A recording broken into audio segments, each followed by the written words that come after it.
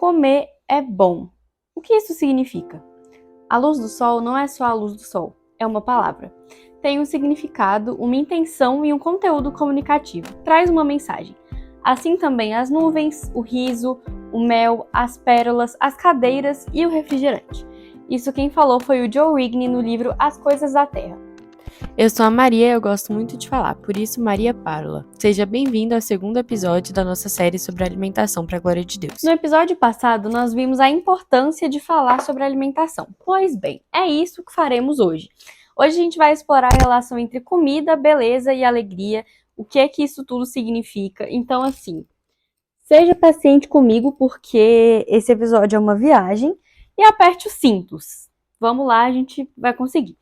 Então no livro As Coisas da Terra, que inclusive está aqui na minha mesa tá cheia de livro, caderno, enfim, eu só não mostro porque senão eu ia ter que tirar o celular do lugar, mó treta. Mas é esse livro aqui. O autor John Rigney chama a atenção para a prodigalidade de Deus em suprir as nossas necessidades físicas. Prodigalidade vem de pródigo, e pródigo tem o sentido de generoso, abundante, que doa e gasta mais do que necessário. Tanto que é por isso que o autor Tim Keller tem um livro chamado O Deus Pródigo. Eu achava que pródigo tinha uma conotação necessariamente ruim, por causa da história do filho pródigo, que seria o filho gastador, mas não é assim que funciona. Utilidade pública, tá? A palavra pródigo pode ser uma coisa boa. Deus criou muitos alimentos com texturas, cores, odores e sabores diferentes, características organolépticas, olha que palavra da hora para você acrescentar aí no seu vocabulário, diferentes. As características organolépticas são essas características que a gente pode sentir com os sentidos, né? Então, cor, sabor, odor e tal. E também como que um alimento pode contribuir numa receita para o negócio final. Então, por exemplo, o açúcar, ele não só contribui num bolo para deixar o bolo doce, mas também para a textura. O ovo tem uma propriedade organoléptica de unir bem todos os ingredientes, porque ele tem uma quantidade específica e da hora de proteínas, gordura, água, então ele consegue meio que misturar todo mundo, enfim. O Joe Rigney diz assim: a sabedoria infinita preferiu estômagos e línguas. E cada combinação de azedo, doce, amargo, salgado e saboroso que os chefes da Food Network podem descobrir. A criação da comida, da língua, do sistema digestivo humano é produto da sabedoria infinita que tece o mundo num todo harmonioso. A sinfonia da glória que soa do Deus Trino contém notas de molho de milho e balas azedinhas, chá doce e pão de centeio do tipo que enche a barriga. Pare e pense um pouco sobre isso. Deus, em sua bondade infinita, criou um mundo em que existe brigadeiro, macarrão com molho branco e bacon, que é a minha comida preferida, você pensa aí na sua, e Coca-Cola gelada. Tem um amigo do Emílio Garófalo que costuma dizer que nem Salomão, em toda a sua glória, tomou uma coquinha gelada. Gente, eu amo essa frase. Ai, inclusive saudades de uma coca estupidamente gelada. Voltando, né? Deus é bom, comer é bom. Mas por que comer é bom?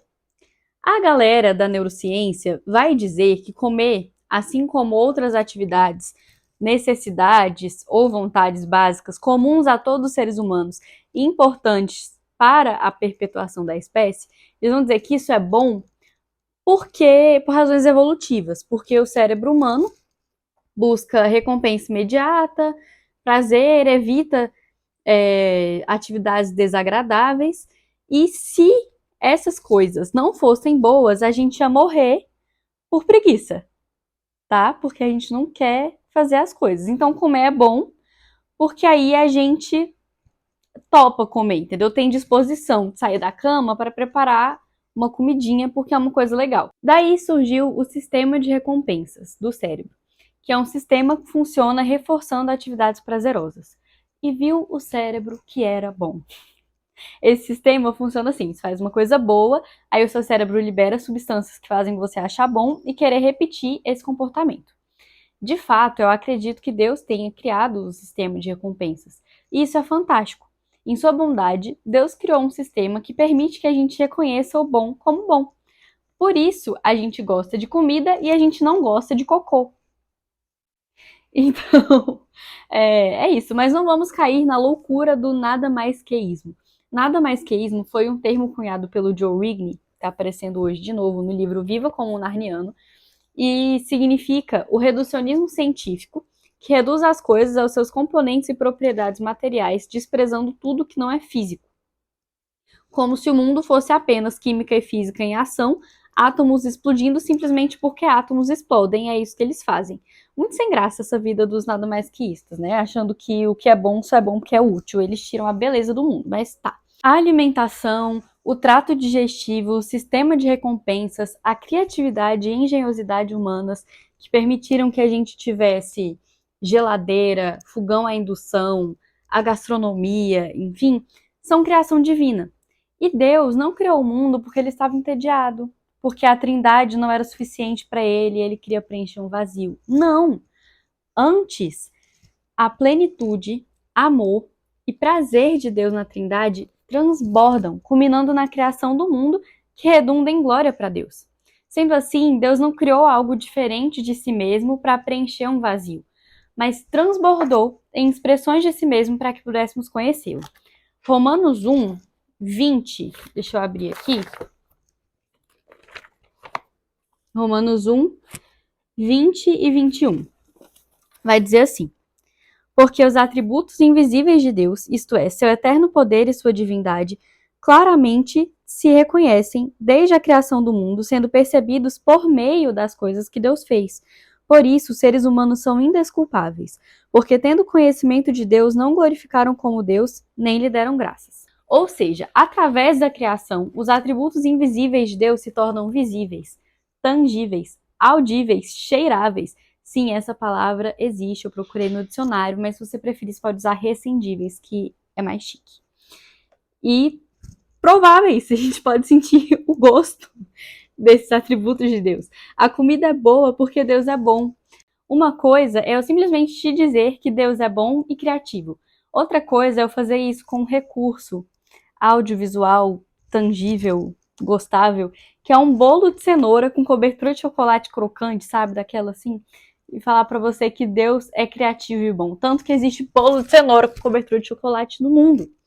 O Joe Rigney, no livro As Coisas da Terra, sim, de novo, esse cara está on fire, ele chama a atenção pro texto de Provérbios 24, versículos 13 e 14, que diz assim: Filho meu, saboreia o mel porque é saudável e o favo porque é doce ao teu paladar. Então sabe que assim é a sabedoria para a tua alma. Se a achares, haverá bom fruto, e não será frustrada a sua esperança. Por que Deus fez o mel tão saboroso e doce? Ele explica. Para que tivéssemos alguma ideia de como a sabedoria é. Pelo menos essa é uma das razões. A doçura do mel aponta, além de si mesma, para a sabedoria de Deus. O mel é bom e somos exortados no Salmo 34 a provar e ver que Deus é bom. Nossa alma tem papilas gustativas como nossa língua, e podemos treinar as papilas da alma exercitando as papilas da língua. Saboreamos a doçura do mel, ou um chá doce, ou um bolo de abóbora crocante, e na hora dedicamos um pouquinho da imaginação da leitura, transpondo o gozo físico do sabor para a alma e dando graças a Deus, não apenas pelos simples prazeres da comida, mas pelos prazeres espirituais de que a comida é, senão um eco. Ai, gente, que lindo. Sério, não tem como. Segundo o Guia Alimentar da População Brasileira, que inclusive... Ai, gente, eu tenho ele físico! Ah, não, parei que eu vou pegar. Ai, porque ele é lindo. Gente, o Guia Alimentar é um negócio que não se vende, né? Então, ele é distribuído, então nem todo mundo tem. Mas eu ganhei de presente num dia.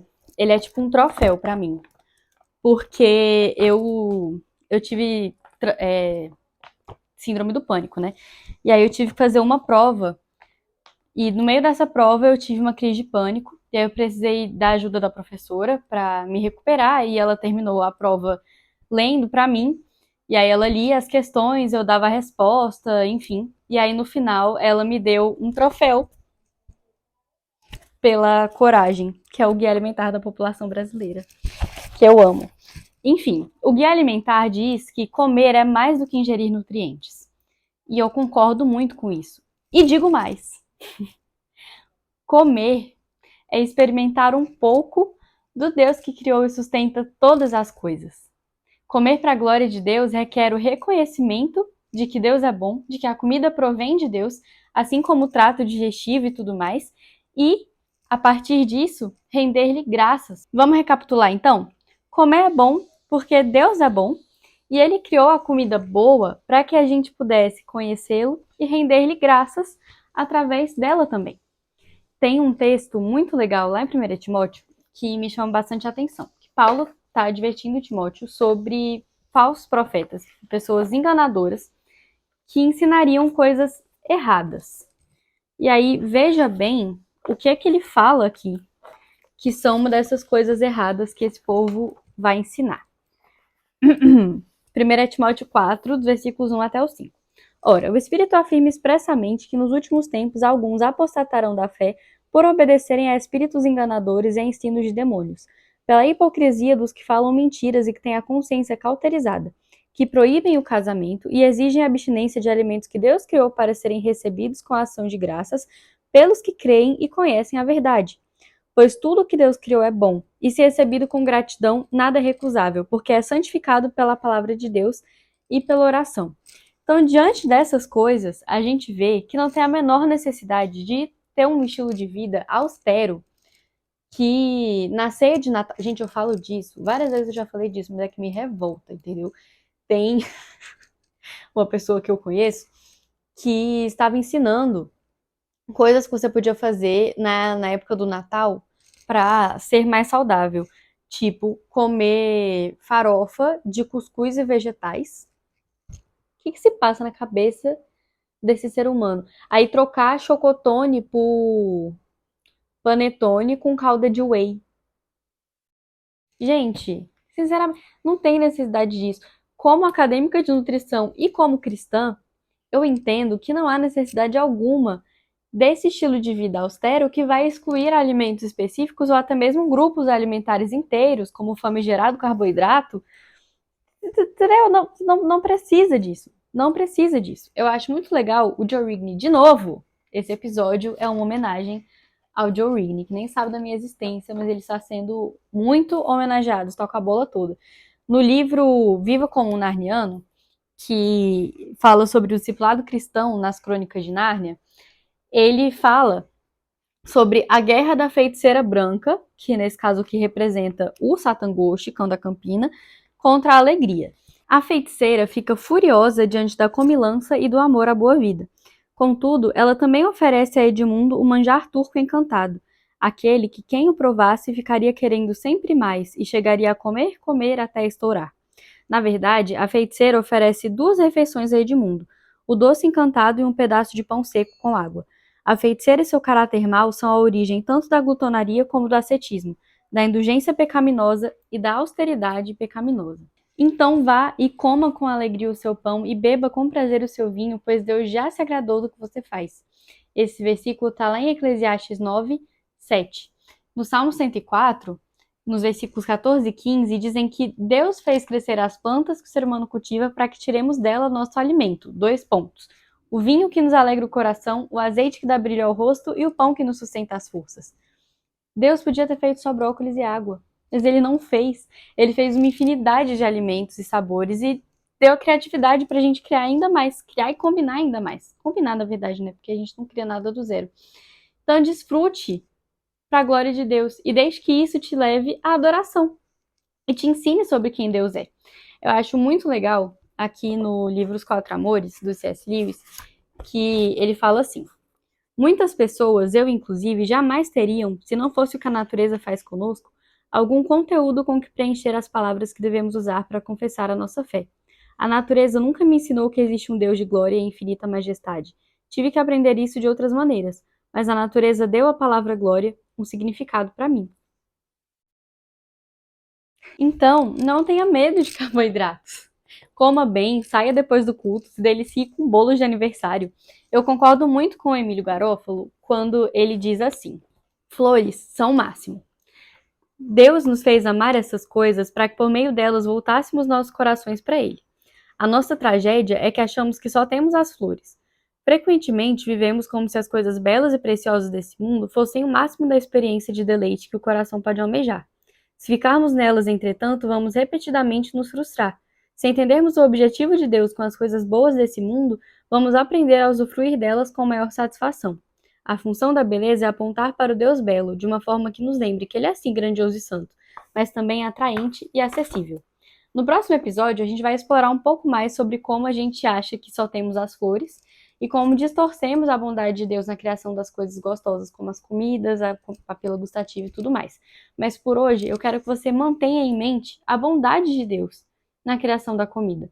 Eu quero que você se lembre disso tudo da próxima vez que for comer uma coisa muito gostosa e que isso te leve a adorar a Deus. Deus criou a comida e a fez boa para que desfrutássemos dela, conhecêssemos a Ele e rendêssemos a Ele graças. Glória a Deus por isso! Para encerrar o podcast, hoje eu quero fazer 3 indicações de obras que têm a ver com o que a gente conversou. A primeira é uma música chamada Paçoca, de um grupo musical que é o Céu na Boca. Gente, eu simplesmente amei que existe uma música falando sobre como a comida é boa e mesmo ela sendo boa, ela é só um gostinho da alegria que é viver para Deus. O segundo é o livro As Coisas da Terra, do Joe Rigney, para você poder se aprofundar um pouco mais nessa ideia de estimar a Deus ao desfrutar de suas obras.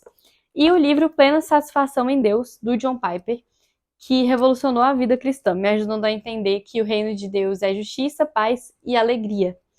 Que a alegria faz parte da vida cristã e desfrutar de Deus é bom.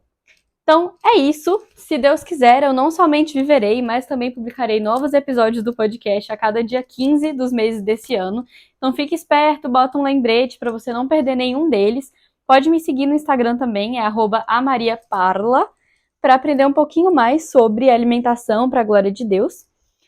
Para esses podcasts, eu tenho usado como base principalmente a Bíblia, o livro A Filosofia Cristã da Alimentação, o Guia Alimentar da População Brasileira. Hoje o podcast foi muito baseado nesse livro, As Coisas da Terra, e alguns artigos científicos, alguns artigos do Desiring God, inclusive tem um artigo deles muito legal sobre esse texto de 1 Timóteo 4, do 1 a 5. Eu vou deixar o link na descrição. Muito obrigada por ter ouvido até aqui, e se esse podcast foi edificante para você, não deixe de compartilhar para que ele possa alcançar também mais pessoas. E eu sou nova nisso, então aceito feedbacks.